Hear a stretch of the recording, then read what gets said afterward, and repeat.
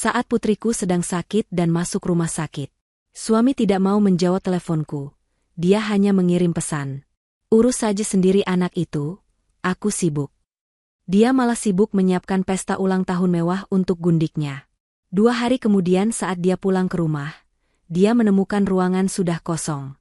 Lemari terbuka, dan sebuah map merah yang berisi surat cerai, akses rekening yang sudah kublokir dan aset yang sudah kusita. Dia panik menelponku sambil menangis, memohon ampun. Sebelum ceritanya dimulai, silahkan tulis di kolom komentar dari daerah mana saja teman-teman yang menonton cerita ini. Jangan lupa like dan subscribe agar channel ini bisa semakin berkembang dan bisa mempersembahkan cerita yang lebih menarik lagi. Malam itu hujan turun dengan sangat deras mengguyur kota. Seolah langit sedang menangis bersamaan dengan perasaan gundah yang menyelimuti hati Vanira. Di dalam kamar bernuansa pastel yang hangat, Vanira duduk di tepi tempat tidur sambil memegang erat tangan kecil putrinya, Bintang. Tubuh bocah perempuan berusia 5 tahun itu menggigil hebat. Suhu tubuhnya melonjak tinggi dalam waktu yang sangat singkat, membuat wajahnya yang biasanya ceria kini pucat pasi dan bibirnya membiru. Vanira merasakan panas yang menyengat saat menyentuh dahi anaknya. Ia sudah memberikan obat penurun panas 1 jam yang lalu, namun suhu tubuh Bintang tidak kunjung turun, justru semakin memburuk. Ketakutan mulai merayap naik ke tenggorokan Vanira, mencekik rasa tenangnya sebagai seorang ibu. Tiba-tiba tubuh kecil Bintang mengejang. Mata anak itu terbalik ke atas dan tubuhnya kaku, diiringi hentakan-hentakan yang tidak terkendali. Vanira menjerit memanggil nama anaknya dengan panik. Ia tahu ini adalah kejang demam, kondisi yang sangat berbahaya jika tidak segera ditangani. Tanpa membuang waktu sedetik pun, Vanira membungkus tubuh Bintang dengan selimut tebal dan segera menggendongnya keluar kamar. Rumah besar itu terasa sangat sunyi dan dingin karena Vicky, suaminya, belum pulang sejak pagi. Tidak ada sopir, tidak ada pembantu yang menginap malam itu. Vanira harus berjuang sendirian. Dengan sisa tenaga yang dipacu oleh adrenalin, ia berlari menuju garasi, meletakkan Bintang di kursi penumpang dengan hati-hati, lalu memacu mobilnya membelah hujan deras menuju rumah sakit terdekat. Sepanjang perjalanan, air mata Vanira bercampur dengan keringat dingin. Tangannya gemetar mencengkeram setir mobil, sementara matanya terus melirik arah Bintang yang kini terkulai lemas setelah kejangnya berhenti. Napas anak itu terdengar berat dan putus-putus. Vanira terus merapal doa, memohon kepada Tuhan agar nyawa satu-satunya permata hatinya itu diselamatkan. Sesampainya di unit gawat darurat, para perawat dan dokter segera bertindak cepat. Mereka mengambil alih Bintang dari gendongan Vanira dan membawanya masuk ke ruang penanganan intensif. Vanira tertahan di luar tirai hijau pembatas, tubuhnya merosot ke lantai rumah sakit yang dingin. Bau obat-obatan dan suara detak mesin medis membuat kepalanya pening. Dokter mengatakan kondisi Bintang kritis karena demam yang terlalu tinggi memicu komplikasi lain, dan mereka membutuhkan persetujuan wali untuk tindakan medis lanjutan yang berisiko. Di saat genting seperti inilah Vanira sangat membutuhkan kehadiran Vicky. Ia butuh sandaran, butuh keputusan bersama, dan butuh suaminya untuk menguatkan mentalnya yang nyaris runtuh. Dengan tangan yang masih gemetar hebat, Vanira merogoh ponsel dari dalam tasnya. Ia menekan nomor Vicky pada panggilan cepat. Terdengar nada sambung yang panjang dan monoton. 1 kali, 2 kali, hingga panggilan itu mati secara otomatis karena tidak dijawab.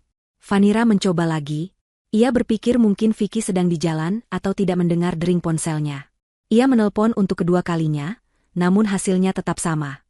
Hanya nada sambung kosong yang seolah mengejek kepanikan yang sedang ia rasakan. Sementara itu, di sebuah ballroom hotel bintang 5 yang terletak di pusat kota, suasana sangat kontras terjadi. Musik jazz mengalun lembut, lampu kristal memantulkan cahaya keemasan yang mewah, dan aroma hidangan mahal memenuhi ruangan. Vicky sedang berdiri di sana, mengenakan setelan jas mahal buatan desainer ternama. Ia tidak sedang rapat seperti yang sering ia katakan pada Vanira. Ia sedang sibuk mengatur dekorasi pesta ulang tahun untuk Dian, wanita simpanannya yang selama ini ia manjakan dengan harta hasil jerih payah keluarga Vanira. Vicky tertawa lebar saat Dian, yang mengenakan gaun merah menyala, merengek manja meminta tambahan hiasan bunga impor di setiap sudut ruangan. Ponsel Vicky yang berada di saku jasnya kembali bergetar untuk ketiga kalinya. Vicky merogohnya dan melihat nama Vanira tertera di layar. Wajahnya yang tadinya ceria berubah menjadi masam penuh kekesalan. Ia merasa gangguan ini merusak suasana hatinya yang sedang bahagia bersama Dian. Dian melirik sekilas dan bertanya siapa yang menelpon. Vicky hanya mendengus kasar dan mengatakan bahwa itu hanya gangguan dari rumah yang tidak penting. Tanpa rasa bersalah sedikit pun, Vicky menekan tombol tolak panggilan berwarna merah. Ia tidak ingin mendengar rengekan Vanira, atau keluhan tentang masalah rumah tangga saat ia sedang bersenang-senang. Di rumah sakit, Vanira menatap layar ponselnya dengan tatapan tidak percaya. Panggilannya ditolak. Hatinya mencelos, namun ia berusaha berpikir positif. Mungkin Vicky benar-benar sedang sibuk dalam rapat penting yang tidak bisa diganggu. Namun kondisi Bintang semakin mendesak. Dokter kembali keluar dan menanyakan keberadaan sang ayah, karena tanda tangan persetujuan harus segera dibubuhkan. Terdesak oleh keadaan, Vanira akhirnya mengirimkan sebuah pesan singkat. Ia mengetik dengan jari yang kaku, memberitahu bahwa Bintang masuk UGD, kondisinya kritis, dan ia butuh Vicky segera datang ke rumah sakit sekarang juga. Notifikasi pesan itu masuk ke ponsel Vicky. Pria itu membacanya sekilas sambil menyesap wine mahal di tangannya. Ia mendengus kesal. Baginya, Vanira terlalu berlebihan dan manja. Anak sakit sedikit saja harus heboh sampai mengganggunya. Vicky merasa ia sudah memberikan uang yang cukup untuk Vanira mengurus semuanya. Kenapa wanita itu tidak bisa mandiri sedikit saja?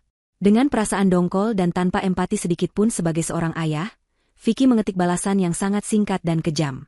Ia tidak peduli pada fakta bahwa darah dagingnya sendiri sedang berjuang napas di sana. Setelah mengirim pesan itu, ia mematikan ponselnya agar tidak ada lagi yang mengganggu malam indahnya bersama Dian.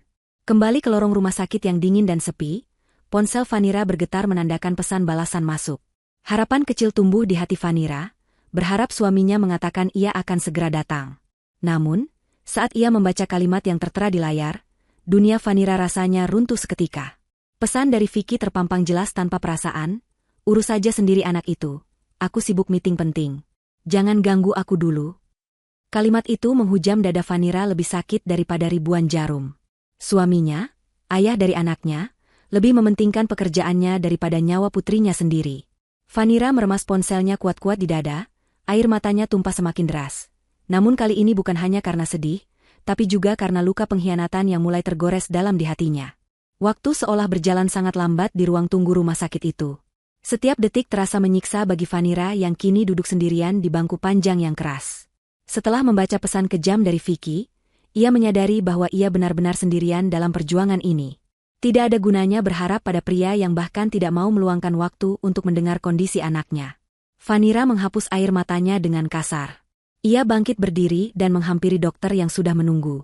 Dengan tegas, meskipun hatinya hancur lebur, ia mengambil pulpen dan menandatangani semua berkas persetujuan medis sebagai wali tunggal.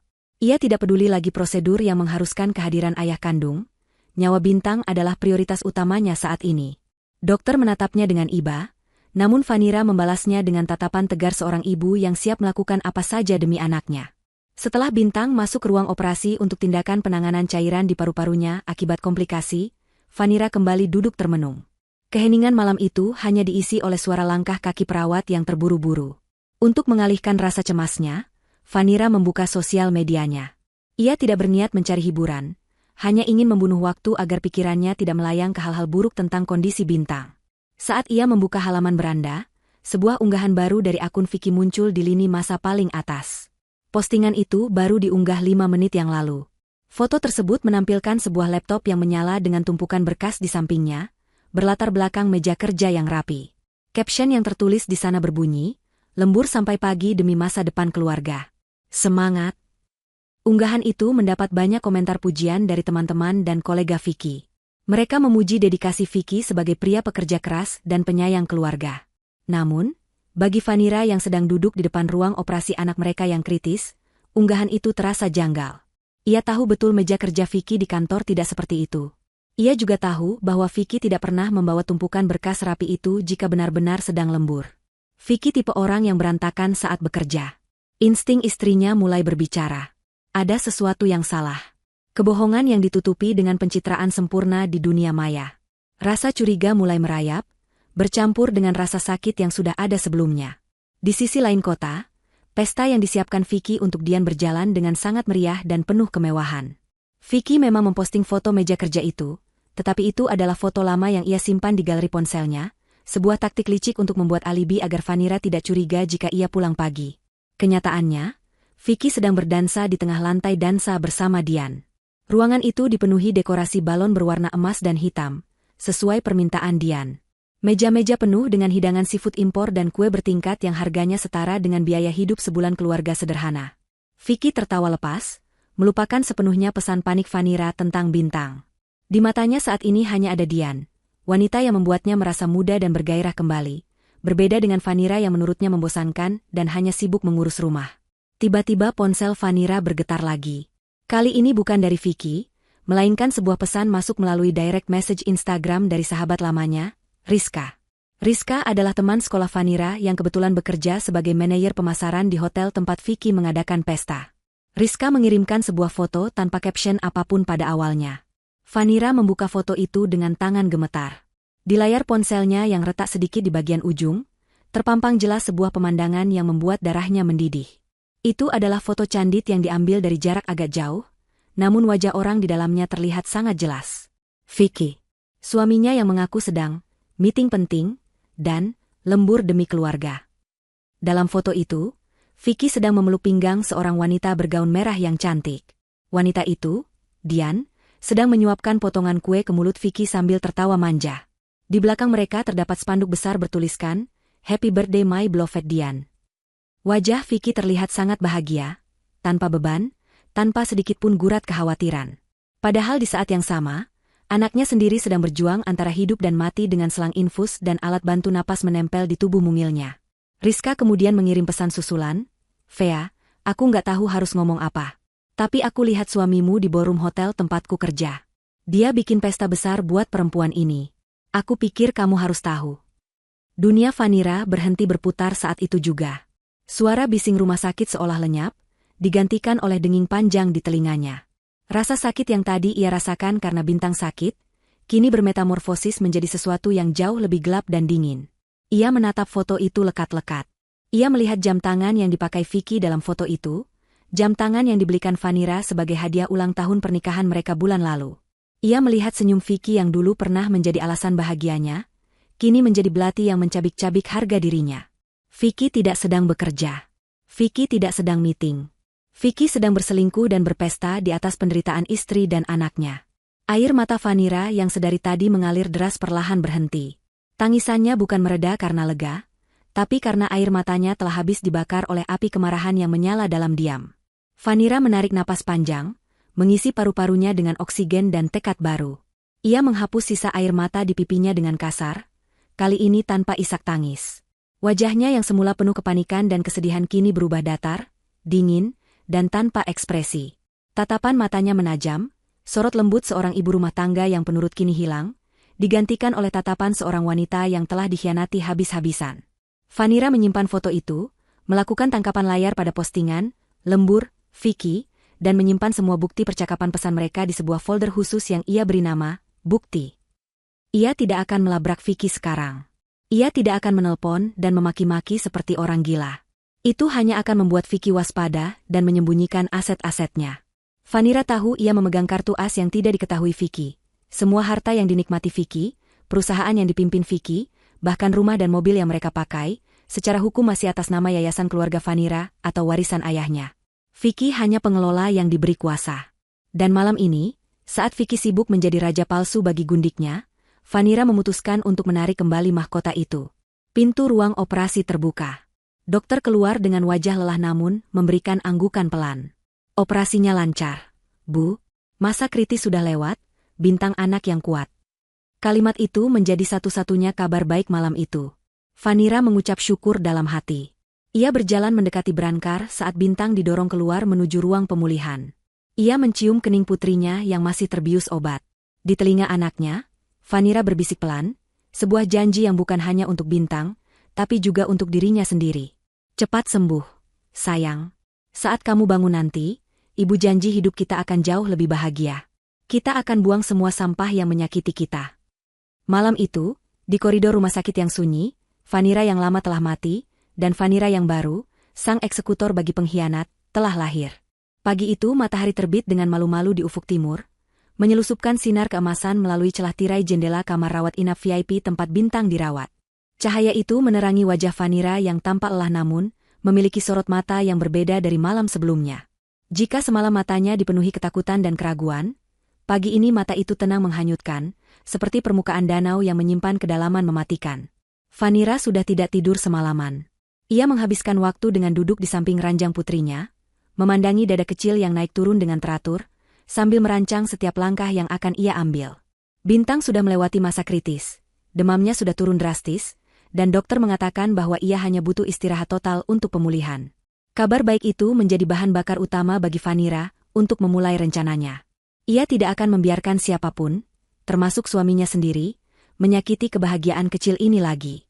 Vanira bangkit dari kursi, merapikan jilbabnya, dan berjalan menuju balkon kamar rumah sakit untuk mendapatkan udara segar sekaligus privasi. Ia mengeluarkan ponselnya.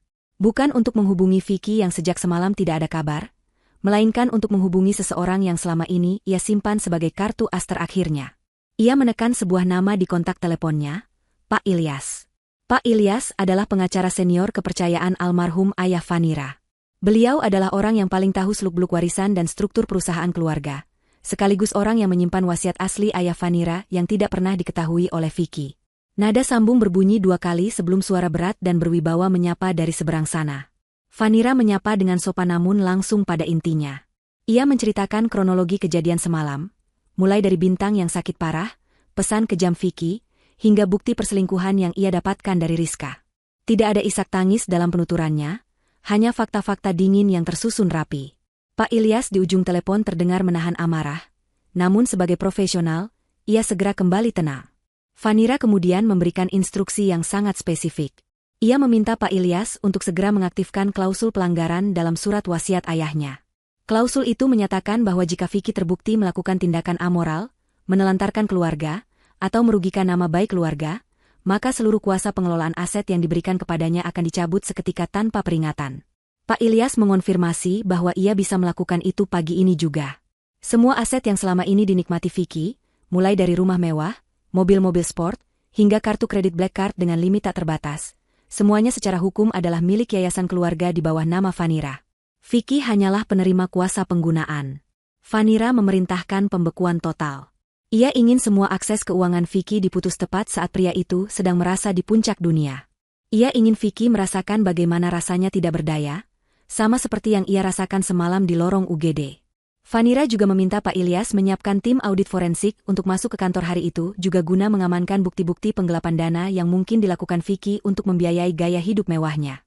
Percakapan itu diakhiri dengan kesepakatan bahwa kiamat kecil bagi Vicky akan dimulai hari ini. Sementara itu, di sebuah showroom mobil mewah di kawasan elit Jakarta, Vicky sedang berjalan dengan langkah penuh percaya diri. Di gandengannya ada Dian yang tersenyum lebar. Matanya berbinar menatap deretan mobil sport mengkilap yang dipajang. Hari ini Vicky berjanji akan membelikan hadiah tambahan untuk ulang tahun Dian, sebuah mobil konvertible berwarna merah menyala yang sudah lama diimpikan wanita itu. Vicky merasa dirinya adalah raja. Ia baru saja bangun dari tidur nyenyak di hotel, tanpa sedikit pun rasa bersalah karena tidak pulang ke rumah. Ia berpikir bahwa Vanira pasti sudah mengatasi masalah anak mereka seperti biasa. Baginya, uang bisa menyelesaikan segalanya, dan ia merasa memiliki uang yang tidak akan habis 7 turunan. Seorang wiraniaga berpakaian rapi menyambut mereka dengan membungkuk hormat. Ia mengenali Vicky sebagai salah satu pelanggan potensial yang sering diberitakan sebagai pengusaha muda sukses. Vicky menikmati perlakuan istimewa itu. Ia menunjuk mobil yang diinginkan Dian tanpa bertanya harga, seolah nominal miliaran rupiah hanyalah angka receh baginya. Dian menjerit kegirangan, memeluk Vicky erat-erat di depan umum, membuat Vicky semakin membusungkan dadanya bangga. Mereka duduk di ruangan VIP untuk proses administrasi. Vicky mengeluarkan dompet kulit mahalnya, menarik sebuah kartu kredit berwarna hitam legam yang melambangkan status sosial tertingginya, dan meletakkannya di atas meja marmer dengan gaya angkuh. Wiraniaga itu memproses kartu tersebut di mesin EDC dengan senyum ramah. Namun, beberapa detik kemudian, senyum itu memudar. Mesin berbunyi bip panjang yang tidak enak didengar, dan struk kecil keluar dengan tulisan tinta merah, Dutchlinet. Wiraniaga itu mengerutkan kening, mencoba menggeseknya sekali lagi, berpikir mungkin ada kesalahan jaringan atau chip yang kotor. Hasilnya tetap sama. Dutchlin. Suasana di ruangan VIP itu mendadak menjadi canggung. Vicky yang melihat gelagat aneh Wiraniaga itu bertanya dengan nada tinggi, menanyakan apa yang salah.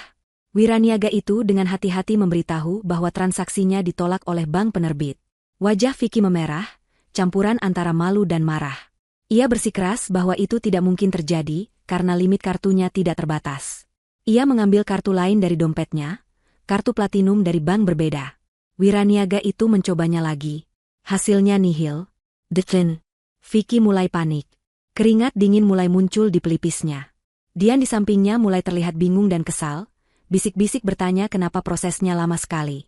Vicky mencoba menelpon layanan prioritas bank. Namun yang ia dengar hanyalah suara mesin penjawab otomatis yang menyatakan bahwa nomor kartunya telah diblokir sementara atas permintaan pemegang rekening utama. Vicky bingung, bukankah dia pemegang rekeningnya? Ia tidak sadar bahwa pemegang rekening utama yang sah secara hukum adalah Vanira. Demi menutupi rasa malunya di depan Dian dan Wiraniaga, Vicky tertawa sumbang. Ia berbohong dengan mengatakan bahwa sekretarisnya pasti lupa mengonfirmasi transaksi besar ke bank, atau sistem perbankan nasional sedang mengalami gangguan massal. Ia berjanji pada Dian akan membereskan masalah ini besok, dan mobil itu pasti akan jadi milik Dian. Dian cemberut, kecewa berat, namun Vicky berhasil membujuknya dengan janji akan membelikan perhiasan nanti malam saat pesta puncak. Vicky keluar dari showroom dengan langkah terburu-buru, hatinya dipenuhi tanda tanya besar dan kekesalan. Ia tidak tahu bahwa kegagalan transaksi itu hanyalah gerimis kecil sebelum badai topan yang sesungguhnya datang menerjang hidupnya. Kembali di rumah sakit, Vanira meletakkan ponselnya setelah menerima pesan singkat dari Pak Ilyas. Tahap 1 selesai. Semua keran air sudah ditutup. Vanira tersenyum tipis. Sangat tipis. Ia menatap pantulan wajahnya di kaca jendela. Wajah seorang wanita yang selama ini diam, sabar, dan mengalah, kini telah hilang. Ia berbalik menatap Bintang yang mulai menggeliat bangun. Vanira mendekat, mengusap kepala anaknya dengan lembut. Dalam hati ia berkata, ayahmu sedang menikmati mainan-mainannya yang rusak. Nak, sebentar lagi, kita akan punya hidup baru yang bersih. Persiapan sang ratu telah selesai, kini tinggal menunggu pion-pion lawan bertumbangan satu persatu. Siang berganti sore, dan langit Jakarta tampak mendung menggantung, seolah mendukung suasana hati yang sedang dibangun oleh Vanira. Setelah memastikan Bintang dalam kondisi stabil dan dijaga oleh 2 perawat khusus yang ia sewa, serta ditemani oleh ibunda Vanira yang baru datang dari luar kota, Vanira memutuskan untuk pulang sebentar ke rumah. Ia tahu Vicky tidak akan ada di sana. Berdasarkan informasi dari Rizka, Vicky sedang sibuk di hotel untuk persiapan pesta puncak ulang tahun Dian nanti malam. Ini adalah celah waktu yang sempurna. Vanira mengemudikan mobilnya membelah kemacetan kota dengan perasaan yang sulit dijabarkan. Ada rasa nyeri saat membayangkan rumah yang dulu ia bangun dengan cinta kini harus ia tinggalkan. Namun rasa lega karena akan terbebas dari kepalsuan jauh lebih mendominasi.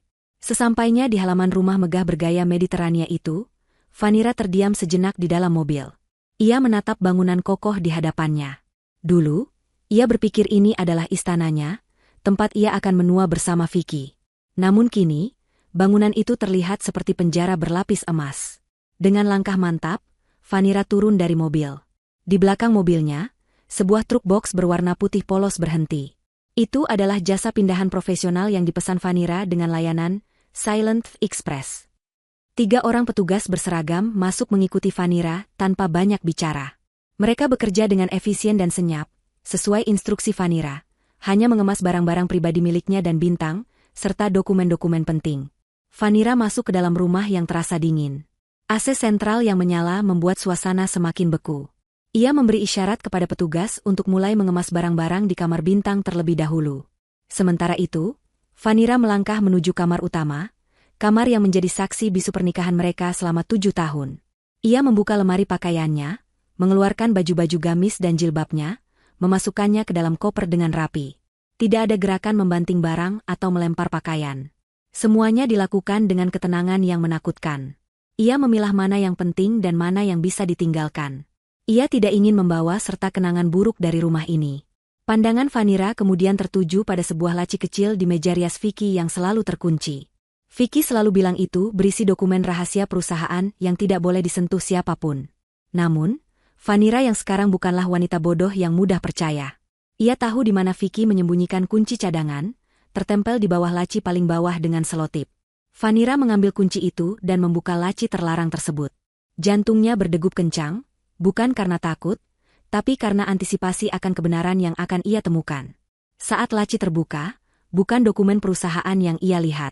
Di sana tersimpan kotak-kotak bludru berisi perhiasan, struk pembelian tas branded, dan bukti transfer bank dalam jumlah fantastis ke rekening atas nama Dian.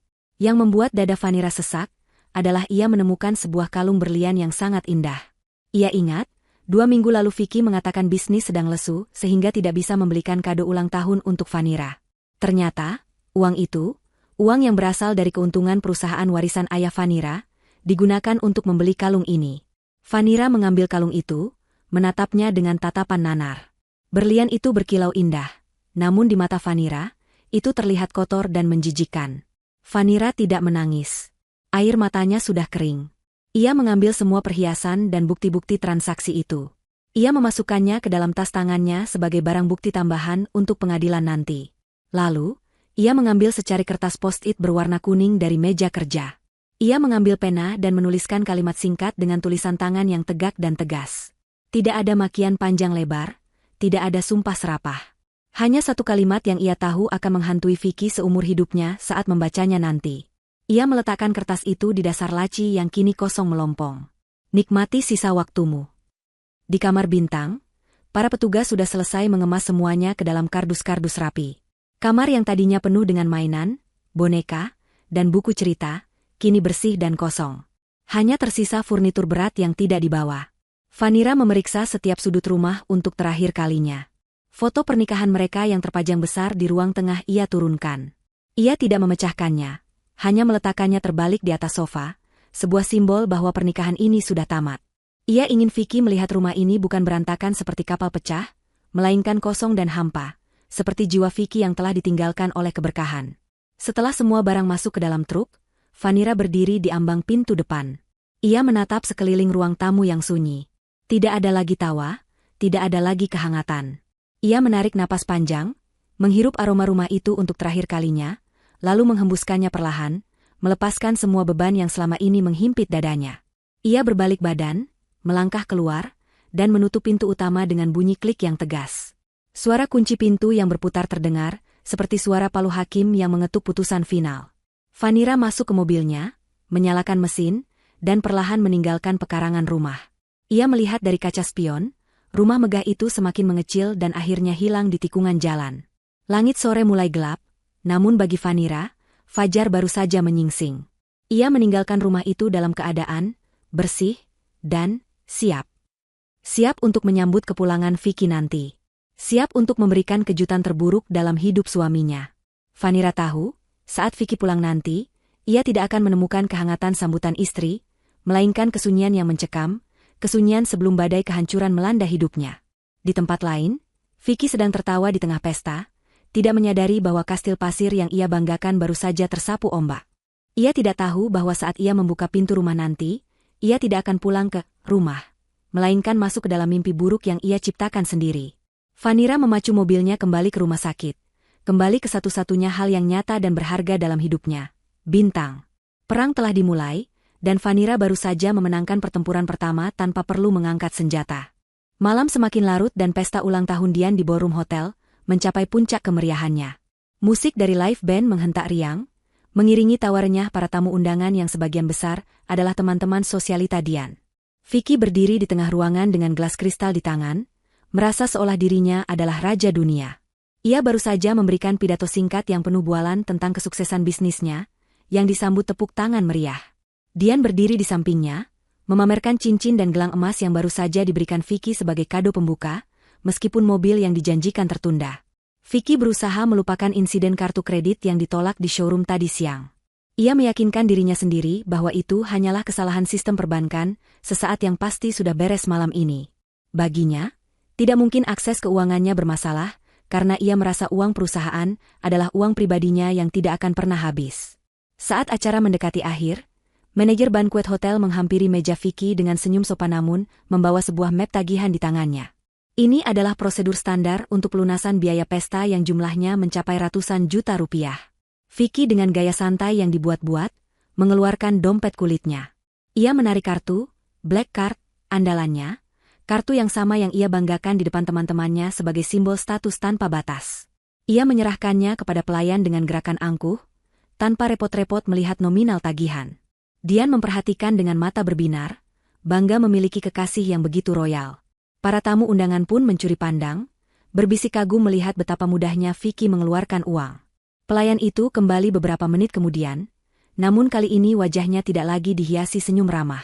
Ia didampingi oleh manajer hotel yang terlihat serius. Jantung Vicky berdetak sedikit lebih cepat, mengingat kejadian di showroom mobil.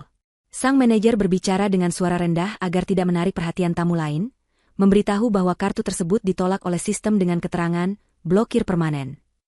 Vicky terperanjat. Ia mencoba tertawa kecil untuk menutupi kegugupannya, mengatakan bahwa itu pasti kesalahan mesin edisi hotel.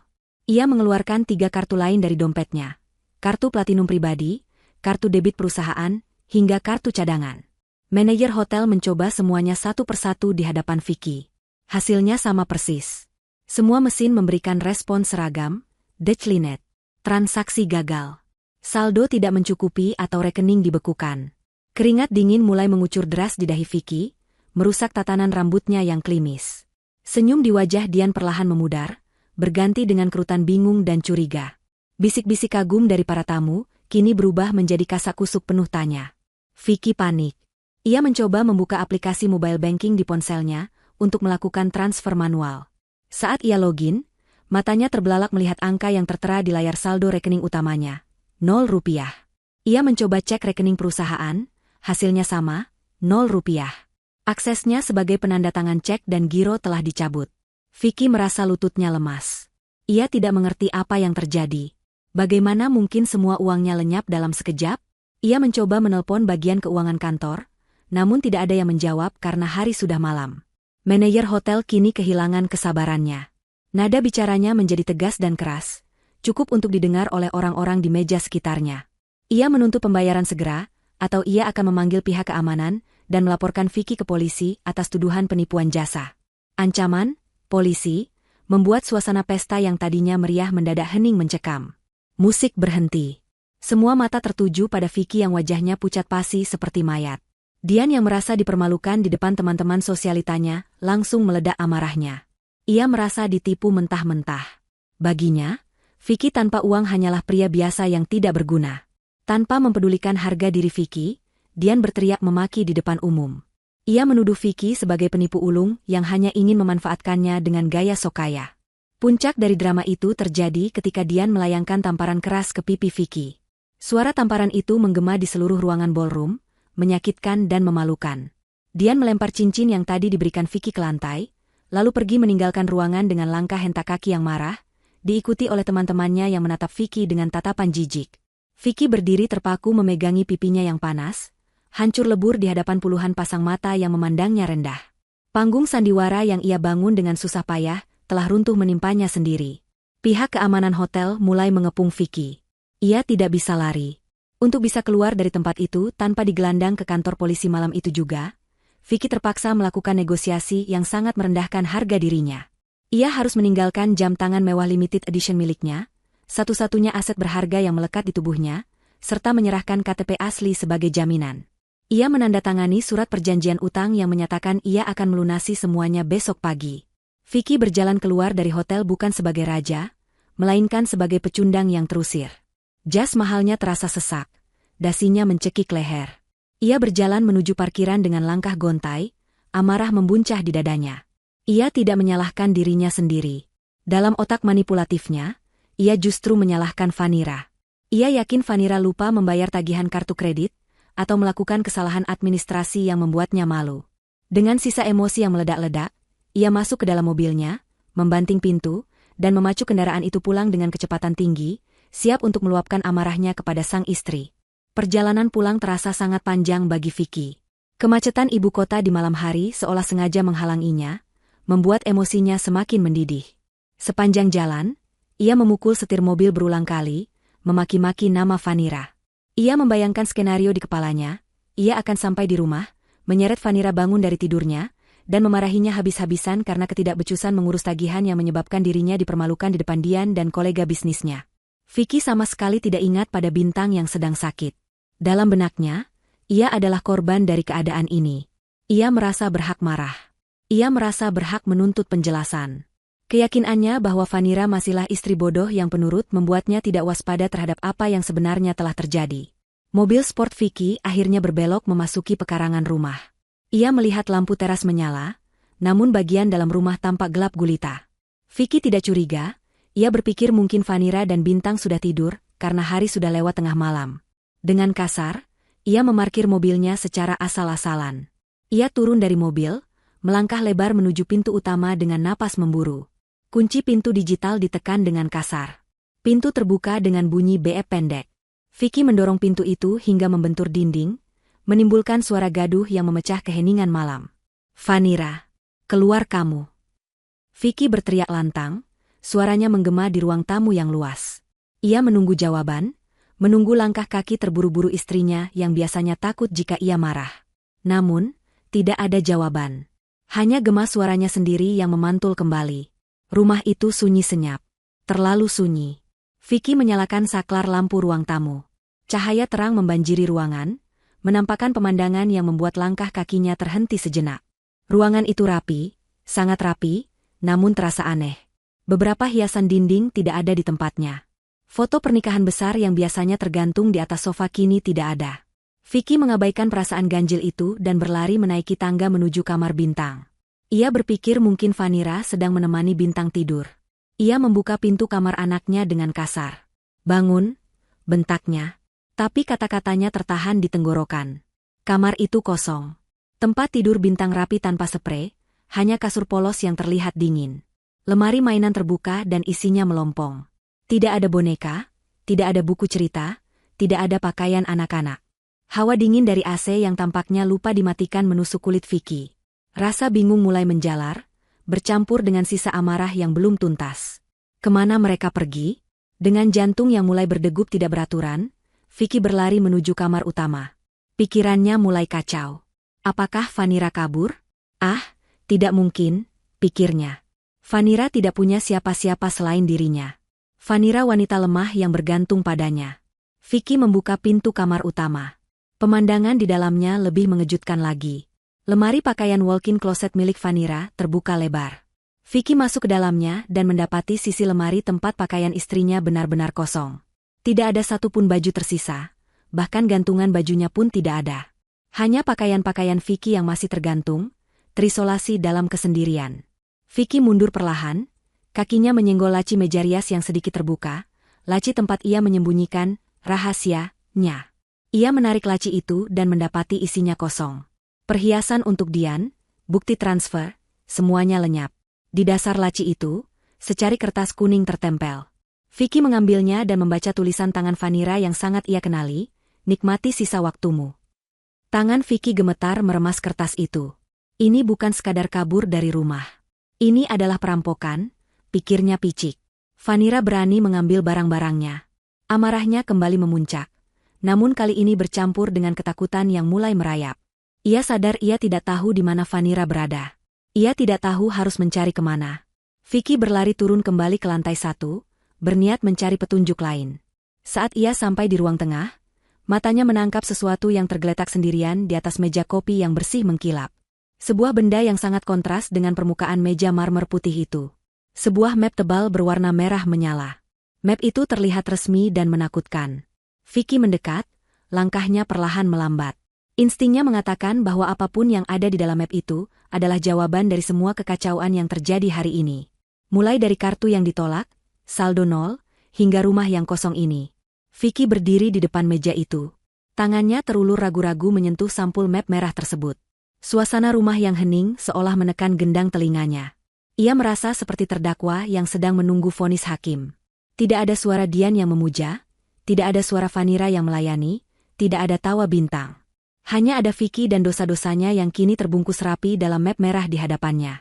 Dengan napas tertahan, Vicky membuka map itu. Lembar pertama yang ia lihat memiliki kop surat resmi dari Pengadilan Agama dan kantor pengacara Ilyas Hrekan. Judul dokumen itu tertulis dengan huruf kapital yang tegas, "Gugatan Cerai". Di bawah dokumen itu, terselip tumpukan kertas lain yang lebih mengerikan bagi Vicky, surat pemblokiran aset dan bukti sita jaminan. Vicky membacanya sekilas, matanya membelalak lebar seolah hendak keluar. Matanya menangkap kalimat-kalimat hukum yang menyatakan bahwa rumah tempat ia berdiri, mobil yang ia kendarai, dan semua rekening yang ia gunakan, telah diambil alih oleh pemilik sah, Yayasan Keluarga Vanira.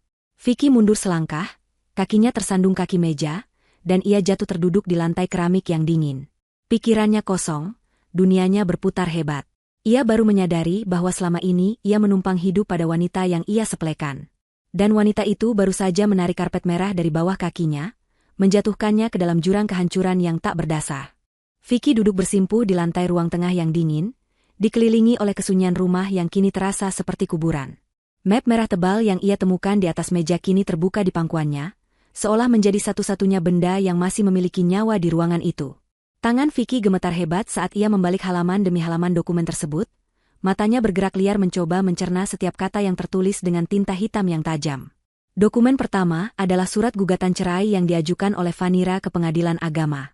Di dalamnya terlampir secara rinci alasan gugatan tersebut, yaitu perselingkuhan dan penelantaran keluarga.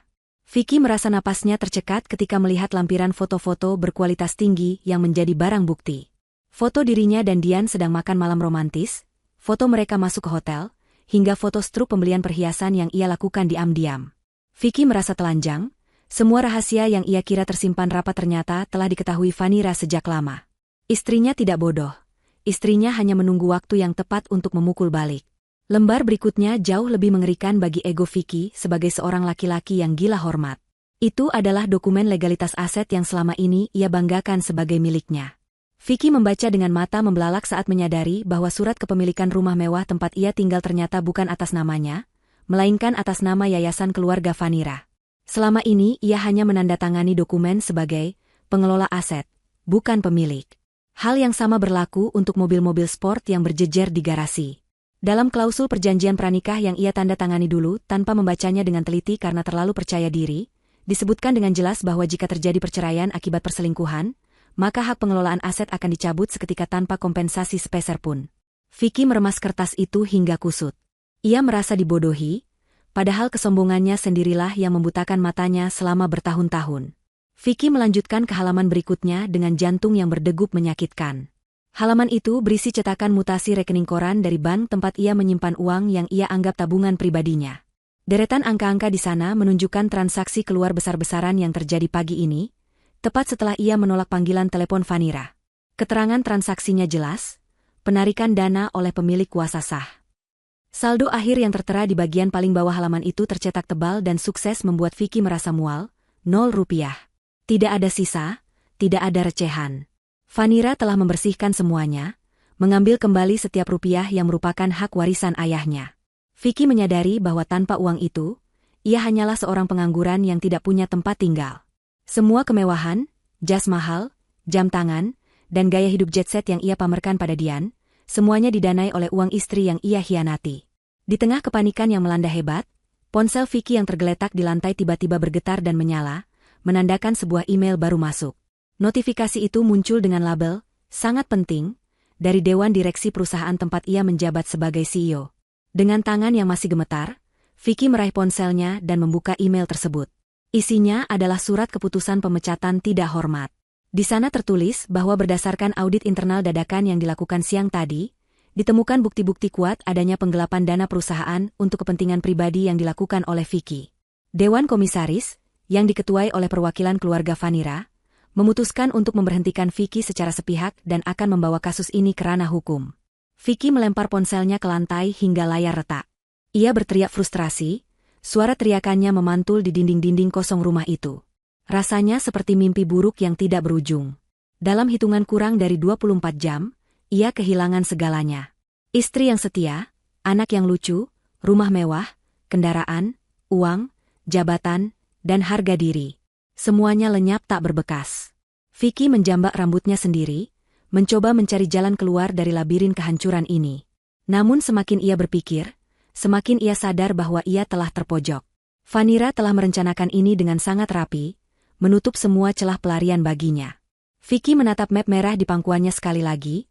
Map itu bukan sekadar dokumen hukum. Itu adalah vonis mati bagi kehidupan sosial dan ekonominya. Ia benar-benar telah tamat. Rasa sesak memenuhi dada Vicky, membuatnya sulit bernapas. Bayangan wajah Vanira yang lembut namun tegas terus menghantuinya.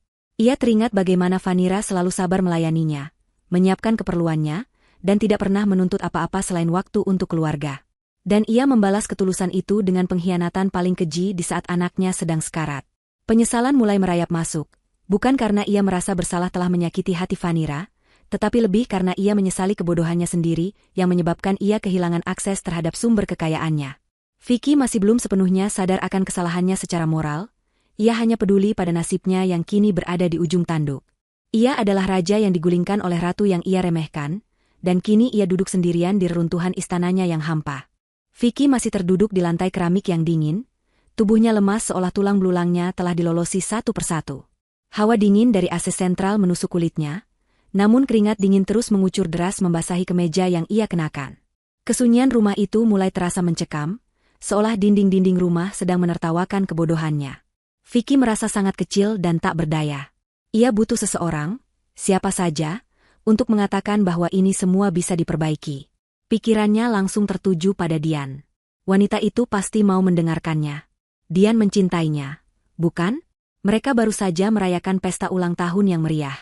Vicky yakin Dian akan mengerti situasinya dan mungkin bisa memberikan tempat tinggal sementara sampai ia bisa bangkit lagi. Vicky menepis kenyataan bahwa Dian tadi menamparnya di hotel. Ia berusaha meyakinkan dirinya bahwa itu hanya emosi sesaat karena salah paham. Dengan sisa harapan yang tipis, Vicky memungut ponselnya yang layarnya sudah retak. Ia mencari kontak Dian dan menekan tombol panggil. Ia menempelkan ponsel itu ke telinganya dengan cemas, menunggu nada sambung. Namun, yang terdengar bukanlah nada sambung, melainkan suara operator yang dingin dan robotik. Nomor yang Anda tuju sedang tidak aktif atau berada di luar jangkauan. Vicky mencoba lagi. Sekali, 2 kali, 3 kali. Hasilnya tetap sama. Vicky beralih ke aplikasi pesan instan. Ia melihat foto profil Dian sudah hilang, hanya menyisakan gambar siluet abu-abu default. Ia mencoba mengirim pesan, "Yang, tolong angkat. Aku butuh kamu." Pesan itu hanya bertanda centang 1. Dian telah memblokirnya.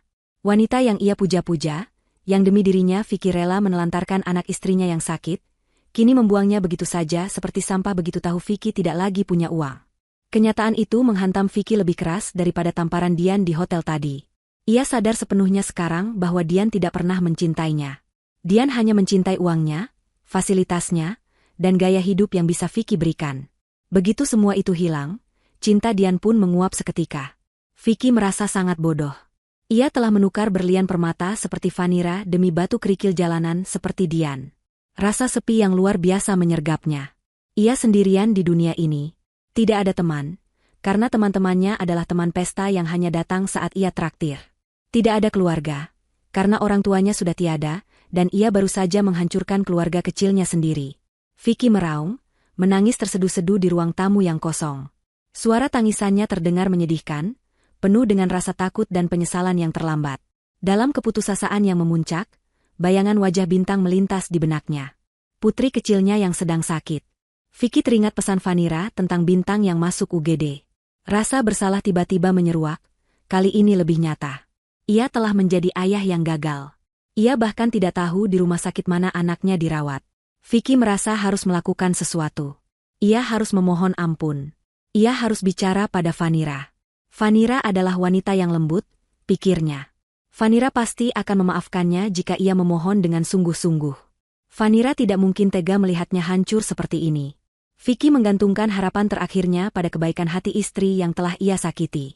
Dengan tangan gemetar hebat dan pandangan kabur oleh air mata, Vicky mencari nomor Vanira di ponselnya. Jari-jarinya terasa kaku saat menekan tombol panggil. Nada sambung terdengar. Tut, tut. Setiap detiknya terasa seperti penyiksaan.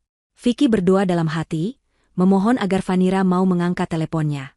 "Angkat, Bu, tolong angkat." Bisiknya parau.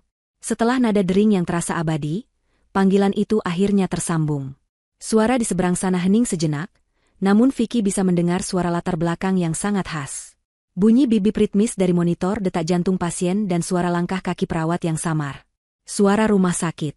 Itu membuktikan bahwa Vanira benar-benar sedang menjaga Bintang, sementara ia sibuk berpesta. "Halo?" Suara Vanira terdengar. Tidak ada nada marah, tidak ada teriakan.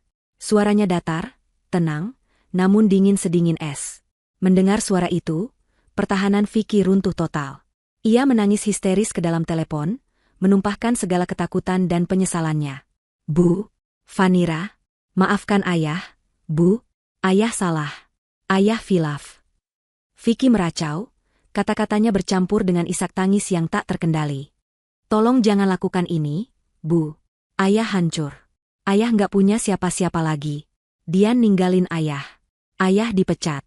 Ayah di rumah tapi rumahnya kosong. Tolong, Bu, Kembalilah. Kita perbaiki semuanya. Ayah janji akan berubah. Ayah mau ketemu Bintang. Bintang di mana? Tolong kasih kesempatan satu kali lagi. Vicky terus memohon seperti orang gila, menjatuhkan harga dirinya serendah-rendahnya. Ia berharap mendengar isak tangis Vanira, atau setidaknya nada simpati.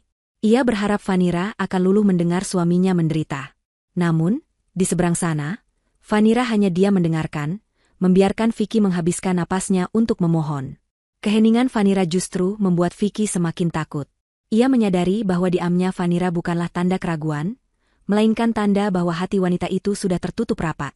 Vicky terdiam, napasnya tersengal-sengal, menunggu vonis dari wanita yang kini memegang kendali penuh atas hidupnya. Di ujung telepon, ia mendengar Vanira menarik napas pelan, bersiap untuk memberikan jawaban yang akan menjadi paku terakhir di peti mati pernikahan mereka. Suasana di kamar rawat inap VIP rumah sakit itu begitu hening, hanya terdengar suara dengungan halus dari mesin pelembab udara dan ritme teratur dari monitor detak jantung Bintang. Vanira berdiri di dekat jendela kaca besar yang menghadap ke pemandangan kota malam yang gemerlap. Di tangannya, ponsel menempel erat di telinga, menyalurkan suara raungan dan tangisan Vicky yang terdengar begitu menyedihkan. Vanira mendengarkan setiap kata, setiap permohonan ampun, dan setiap janji manis yang dimuntahkan suaminya dengan seksama. Namun, anehnya, hati Vanira tidak bergetar sedikit pun. Tidak ada rasa iba, tidak ada keinginan untuk luluh, apalagi niat untuk memaafkan. Rasa sakit yang ia terima semalam saat Bintang kejang-kejang dan Vicky menolak panggilannya, telah membekukan hatinya secara permanen. Bagi Vanira, pria yang sedang menangis di telepon ini bukanlah suaminya lagi, melainkan orang asing yang pernah menumpang hidup di rumahnya. Setelah Vicky selesai dengan rentetan kalimat penyesalannya yang panjang dan berantakan, terjadi jeda hening yang cukup lama. Vicky di seberang sana menunggu dengan napas tertahan, berharap ada satu kata lembut dari Vanira. Namun, Vanira menarik napas dalam-dalam, mengisi paru-parunya dengan ketenangan yang mematikan. Saat ia mulai berbicara, suaranya terdengar datar, stabil, dan sangat jelas, tanpa ada getaran emosi sedikit pun. Ia tidak berteriak marah, karena menurutnya, kemarahannya terlalu berharga untuk dibuang kepada orang seperti Vicky. Sudah bicaranya? Tanya Vanira singkat. Pertanyaan itu menohok Vicky, membuatnya terdiam 1000 bahasa. Kamu bilang kamu mau kesempatan kedua? Kamu bilang kamu mau bertemu Bintang? Asal kamu tahu, Vicky, kesempatan itu sudah mati tepat di detik kamu mengirim pesan, urus saja sendiri, saat anakmu sedang bertaruh nyawa. Saat itu, kamu bukan lagi seorang ayah, dan kamu bukan lagi seorang suami. Kamu hanyalah pembunuh berdarah dingin yang kebetulan mendonorkan sperma. Vicky mencoba memotong pembicaraan, berusaha membela diri lagi, tapi Vanira melanjutkan kalimatnya dengan nada yang lebih tegas, memotong harapan Vicky seketika. Jangan memotong bicaraku. Dengarkan baik-baik karena ini terakhir kalinya kamu mendengar suaraku. Kamu ingat pesanmu 2 hari lalu? Kamu bilang kamu sibuk meeting penting. Kamu bilang jangan diganggu. Nah, sekarang aku kembalikan kata-kata itu padamu. Aku juga sibuk, Vicky. Aku sangat sibuk. Aku sibuk menjadi ibu yang bahagia, aku sibuk menata masa depan Bintang tanpa bayang-bayang ayah yang pengkhianat, dan aku sibuk menikmati hidupku yang bersih dari benalu sepertimu. Bu, tolong jangan begini. Suara Vicky terdengar semakin parau dan putus asa. Simpan air matamu, potong Vanira dingin. Itu tidak laku di sini. Semua aset yang kamu pakai sudah aku ambil kembali. Rekening sudah aku kosongkan sesuai hakku. Kamu masuk ke hidupku tanpa membawa apa-apa, jadi silakan keluar juga tanpa membawa apa-apa. Nikmati pestamu sendiri, nikmati kesendirianmu. Jangan pernah berani menampakkan wajahmu di depan Bintang lagi, atau aku akan pastikan kamu hancur lebih dari ini. Selamat tinggal, Vicky. Tanpa menunggu jawaban lagi, Vanira menjauhkan ponsel dari telinganya dan menekan tombol merah untuk memutus panggilan.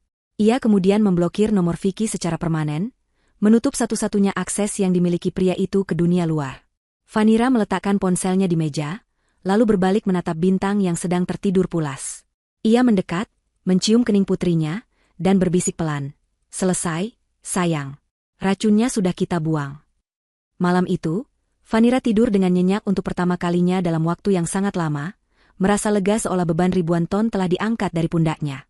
Sementara itu, di rumah mewah yang kini kosong melompong, Vicky menatap layar ponselnya yang gelap dengan tatapan kosong. Sambungan telepon telah putus, dan bersamanya, putus pula harapan hidupnya. Ia masih terduduk di lantai, dikelilingi oleh keheningan yang mencekam. Namun, Keheningan itu tidak berlangsung lama. Dari kejauhan, terdengar suara sirine yang meraung-raung, semakin lama semakin dekat. Cahaya biru dan merah mulai memantul di dinding ruang tamu melalui jendela depan, memecah kegelapan malam. Jantung Vicky berdegup kencang. Ia merangkak menuju jendela dan mengintip keluar. 3 mobil patroli polisi berhenti tepat di depan gerbang rumahnya. Beberapa petugas berseragam lengkap turun dengan sigap, didampingi oleh 2 orang pria berjas rapi yang Vicky kenali sebagai tim legal dari perusahaan. Vicky mundur ketakutan, kakinya tersandung karpet, dan ia jatuh terjengkang. Belum sempat ia bangun, pintu depan didobrak dengan keras. Para petugas polisi merangsek masuk dengan senjata siaga. "Saudara Vicky, angkat tangan," teriak salah satu petugas dengan lantang.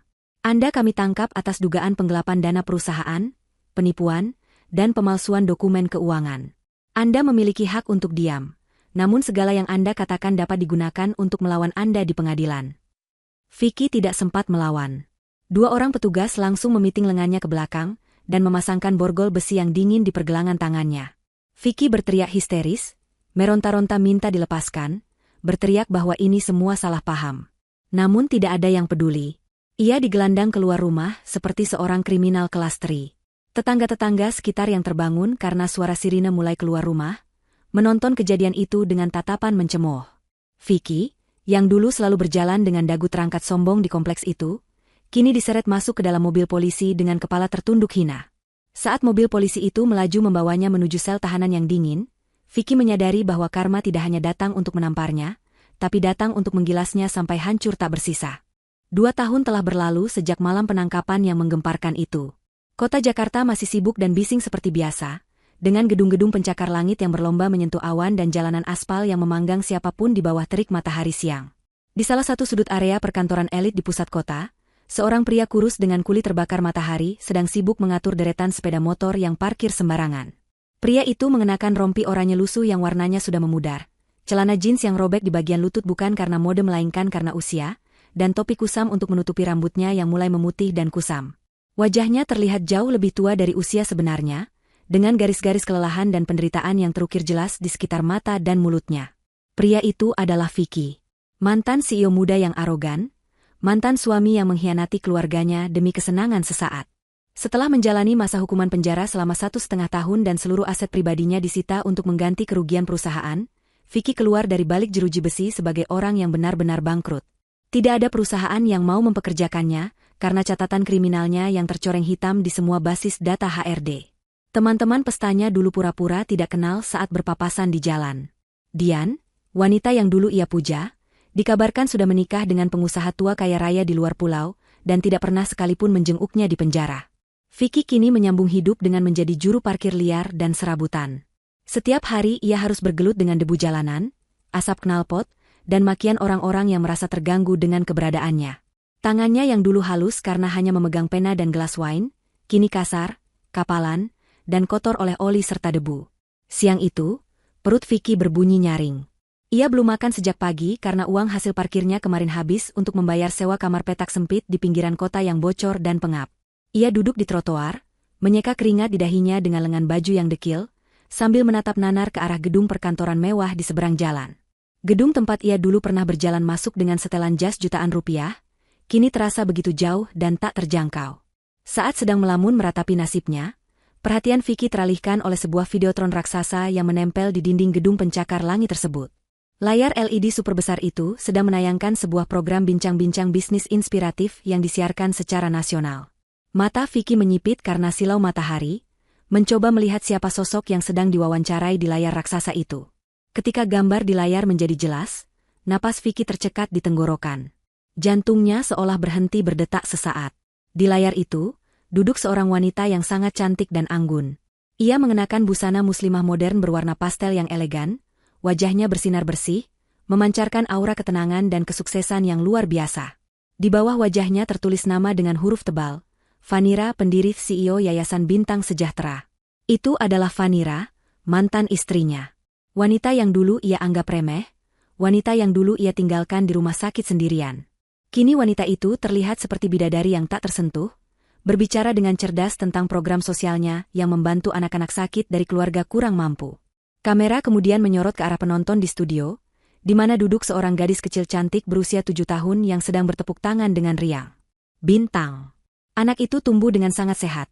Pipinya gembil kemerahan, rambutnya dikepang dua dengan pita lucu, dan senyumnya begitu lebar memamerkan deretan gigi susunya yang rapi. Bintang terlihat sangat bahagia, terawat, dan penuh kasih sayang. Di samping Bintang, duduk seorang pria parubaya yang tampak berwibawa, mungkin rekan bisnis atau pendamping baru Vanira, yang ikut tersenyum bangga menatap Vanira di panggung. Vicky terpaku di pinggir jalan yang panas. Kakinya terasa dipaku ke aspal. Air mata mulai menggenang di pelupuk matanya yang keruh, lalu tumpah membasahi pipinya yang kotor. Rasa penyesalan yang selama ini ia coba kubur kembali meledak dengan dahsyat, menghantam dadanya hingga sesak. Ia melihat apa yang telah ia buang. Ia membuang sebuah keluarga yang sempurna, seorang istri yang setia dan cerdas, serta seorang putri yang cantik, hanya demi nafsu dan gengsi sesaat. Dan sekarang, lihatlah perbedaannya. Vanira berada di puncak dunia, dihormati dan dicintai banyak orang, sementara dirinya hanyalah debu jalanan yang tidak berarti. Orang-orang yang lalu lalang di trotoar menatap Vicky dengan pandangan aneh. Seorang tukang parkir lusuh yang menangis terseduh-seduh menatap layar iklan. Tidak ada yang tahu bahwa pria itu sedang menatap masa lalunya yang gemilang dan masa depannya yang telah hancur. Vicky ingin berteriak memanggil nama Vanira dan Bintang, tapi suaranya tercekat. Ia sadar ia tidak pantas. Ia bahkan tidak pantas untuk sekadar menyebut nama mereka. Jarak antara dirinya dan mereka kini bukan lagi sekadar jarak fisik, tapi jarak nasib yang terbentang seluas samudra. Di layar Videotron, wawancara itu berakhir. Vanira menatap kamera, tersenyum tulus, dan melambaikan tangan. Seolah-olah lambaian tangan itu adalah salam perpisahan terakhir untuk Vicky. Vicky menundukkan kepalanya dalam-dalam, menyembunyikan wajahnya di antara kedua lututnya, menangis dalam kehinaan yang sempurna. Ia akhirnya mengerti makna karma yang sesungguhnya. Bahwa hukuman terberat bagi seorang pengkhianat bukanlah penjara atau kemiskinan, melainkan melihat orang yang dulu disakitinya kini hidup bahagia tanpanya, sementara ia harus terus hidup membawa penyesalan itu sampai mati. Cerita Vicky berakhir di trotoar panas itu, sendirian dan terlupakan, sementara cerita Vanira dan Bintang terus bersinar terang di atas sana, tak terjangkau lagi oleh tangan kotornya. 5 tahun telah berlalu sejak wajah Vanira menghiasi layar Videotron kota, atau total 7 tahun sejak malam pengkhianatan itu terjadi. Sore itu, langit Jakarta kembali menangis. Hujan turun dengan deras, membasahi pelataran sebuah gedung pertemuan mewah di kawasan elit. Di sudut teras gedung, dekat area pembuangan sampah, seorang pria tua bertubuh kurus kering sedang berteduh sambil memeluk karung berisi botol plastik bekas. Itu adalah Vicky. Wajahnya kini dipenuhi keriput dalam, giginya sudah banyak yang tanggal, dan rambutnya memutih sepenuhnya. Usianya belum mencapai 50 tahun, namun kerasnya hidup di jalanan membuatnya terlihat seperti kakek renta berusia 70-an. Ia menatap nanar ke arah lobi utama gedung, tempat mobil-mobil mewah bergantian menurunkan tamu-tamu terhormat. Sebuah mobil sedan hitam mengkilap berhenti tepat di depan pintu lobi. Sopir berseragam turun dan membukakan pintu penumpang dengan takzim. Dari dalam mobil, keluarlah seorang wanita yang keanggunannya seolah tidak tersentuh oleh waktu. Vanira. Ia mengenakan gamis sutra berwarna biru laut, wajahnya memancarkan ketenangan yang matang. Di belakangnya, turun seorang gadis remaja yang cantik jelita. Itu adalah Bintang, yang kini sudah berusia 12 tahun. Bintang tumbuh menjadi anak yang santun dan cerdas, mewarisi mata indah ibunya. Mereka berdua berjalan berdampingan di bawah payung besar yang dipegang oleh petugas keamanan, tertawa renyah membicarakan sesuatu yang tampak menyenangkan. Vicky yang melihat pemandangan itu dari sudut gelap, merasa jantungnya diremas kuat. Kakinya secara refleks melangkah maju, ingin mendekat, ingin berteriak memanggil nama putri kecilnya yang dulu sering ia gendong. Bintang. Suaranya tercekat di tenggorokan, lirih dan serak, kalah oleh suara deru hujan. Ia melangkah keluar dari tempat berteduhnya, membiarkan tubuh rentanya basah kuyup, hanya demi melihat wajah darah dagingnya lebih jelas. Namun, langkahnya terhenti ketika seorang petugas keamanan lain membentaknya kasar, menyuruhnya menyingkir karena dianggap mengganggu pemandangan.